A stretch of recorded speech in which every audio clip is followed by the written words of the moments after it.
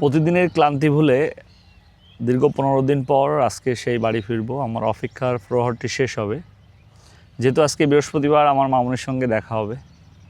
গত সপ্তাহে বাড়ি যেতে পারিনি কাজের ব্যস্ততার কারণে, তো সেই অপেক্ষার শেষ আজকে হয়ে যাবে। আমি এখনই রওনা দিয়েছি আমার বাড়ির উদ্দেশ্যে। রাত্রে মামুনির সঙ্গে দেখা হবে। তো সবাই মোটামুটি আগামীকালকে আমাদের ভিডিও পেয়ে যাবেন, মামুনির সঙ্গে ভিডিও। আজকের যে অনুভূতি, এই অনুভূতিটা আমি আপনাদেরকে বোঝাতে পারবো না।